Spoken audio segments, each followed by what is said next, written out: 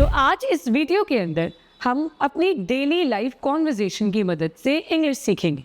तो आज इस वीडियो में हम आपको दिखाएंगे कुछ ऐसी कॉन्वर्जेशन जो हम डेली लाइफ में एक दूसरे के साथ करते हैं, और इसी बीच ऐसे सेंटेंसेस, ऐसे sentence structures, grammar rules, words, phrases, उनको भी हम बीच बीच में सीखते हुए चलेंगे। मतलब जो भी सेंटेंसेस उसमें यूज़ किए गए हैं उनको हम आपको रोक कर समझाएंगे कि ये ग्रामर का रूल यहाँ पर क्यों यूज़ हुआ है और इसका मतलब क्या है और इसको कैसे यूज़ किया जाता है, विद सम एग्जाम्पल्स। हमारे साथ जुड़े रहे इस वीडियो में आखिरी तक, और हम आपको लेकर चलते हैं इंग्लिश सीखने की एक बिल्कुल नई जर्नी पर। Hi, may I know your good names?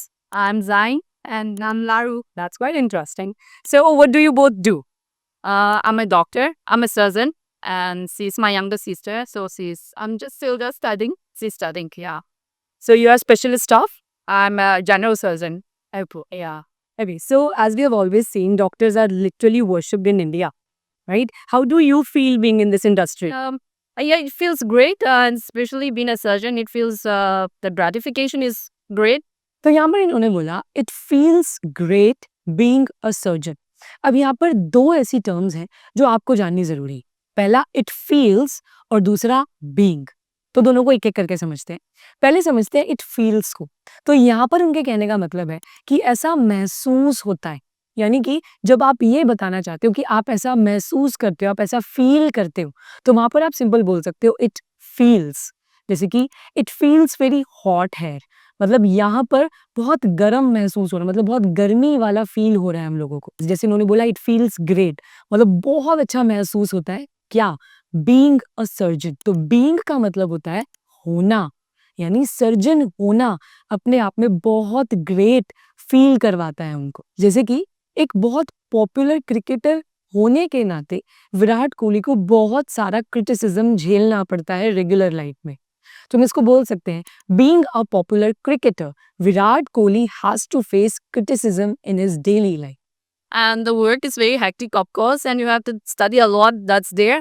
But I think I like being a surgeon. I'm very passionate.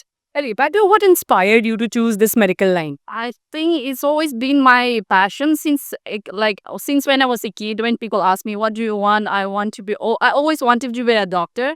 तो यहाँ पर एक बहुत इंटरेस्टिंग न्यूज हुआ है।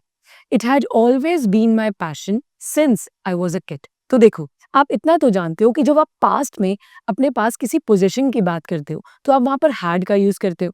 जैसे कि I had a car, she had a passion toward something, तो आपने हैड का यूज किया। लेकिन जब भी आप समय बता देते हो ना कि मेरे पास ये चीज इतने समय से थी, तो वहां पर आप सिर्फ हैड नहीं लगाते हो, आप वहां पर हैड के साथ में बीइंग को भी लगाते हो। जैसे कि यहाँ पर इन्होंने सेंटेंस बोला कि ये मेरा हमेशा से पैशन था, यानी कि ये मेरा बचपन से ही पैशन था। अब उन्हें यहाँ पर बीइंग भी लगाना पड़ेगा क्योंकि आपने टाइम मेंशन कर दिया है।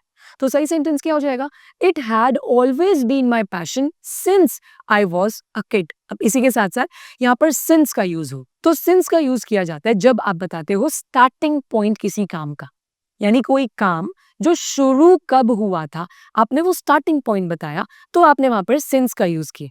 जैसे इन्होंने यूज किया it had always been my passion since I was a kid. I don't know what inspired me, but that's always been there. There's nothing that I can point at what inspires me actually. Okay, so how does it feel after achieving your goal which you have always had? Yeah, I think it feels good. It feels good to be a doctor. I mean, after all those studies and all, it feels good. Yeah, yeah. Like, so, how's your experience here in Delhi as you're from Manipur? Actually, I am still kind of exploring Delhi. I have so much expectations. I've recently moved here, like some 8 months back. I have recently moved. अब इस sentence का जो use किया गया है वो बताया गया है कि कोई काम जो हाल फिलहाल में ही पूरा हुआ है, और ये सेंटेंस प्रेजेंट परफेक्ट टेंस का है जहां पर हम काम के खत्म होने की बात करते हैं कि कोई काम जो पूरा हो गया है। तो इस सेंटेंस का मतलब क्या हुआ, वी हैव रिसेंटली मूव्ड, यानी कि हम हाल फिलहाल में ही दिल्ली में मूव हुए हैं, यानी कि दिल्ली में शिफ्ट हुए हैं। तो यहाँ पर हमने प्रेजेंट परफेक्ट हैज हैव के साथ वर्ब की थर्ड फॉर्म का यूज किया। जैसे कि मैं कहती हूँ we have recently bought a new car, यानी कि हमने हाल फिलहाल में एक नई गाड़ी खरीदी है। So I think so far is good. Yeah it's good. तो सो फार का मतलब होता है अभी तक, जब भी आप बताते हो कि कोई भी काम अभी तक कैसा चल रहा है, कैसा है, जैसे कि मैं कहती हूँ I am quite happy so far, यानी कि अभी तक मैं बहुत खुश हूँ. What is your way to chill? Our way to chill, honestly, it would be just no, read a book, read a nice, really thrilling book.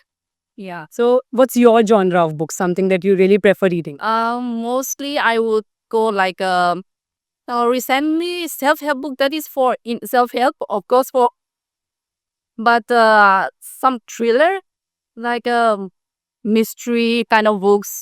Recently I read this book. It's a psychological thriller, Silent Patient. The Silent Patient. I think it's very common, but yeah, that's that kind of book. Yeah. Wow, that's quite very interesting talking to you, by the way. And thank you so much for giving your 2 minutes to us. Thank you so much. Thanks, Jay. Thank you.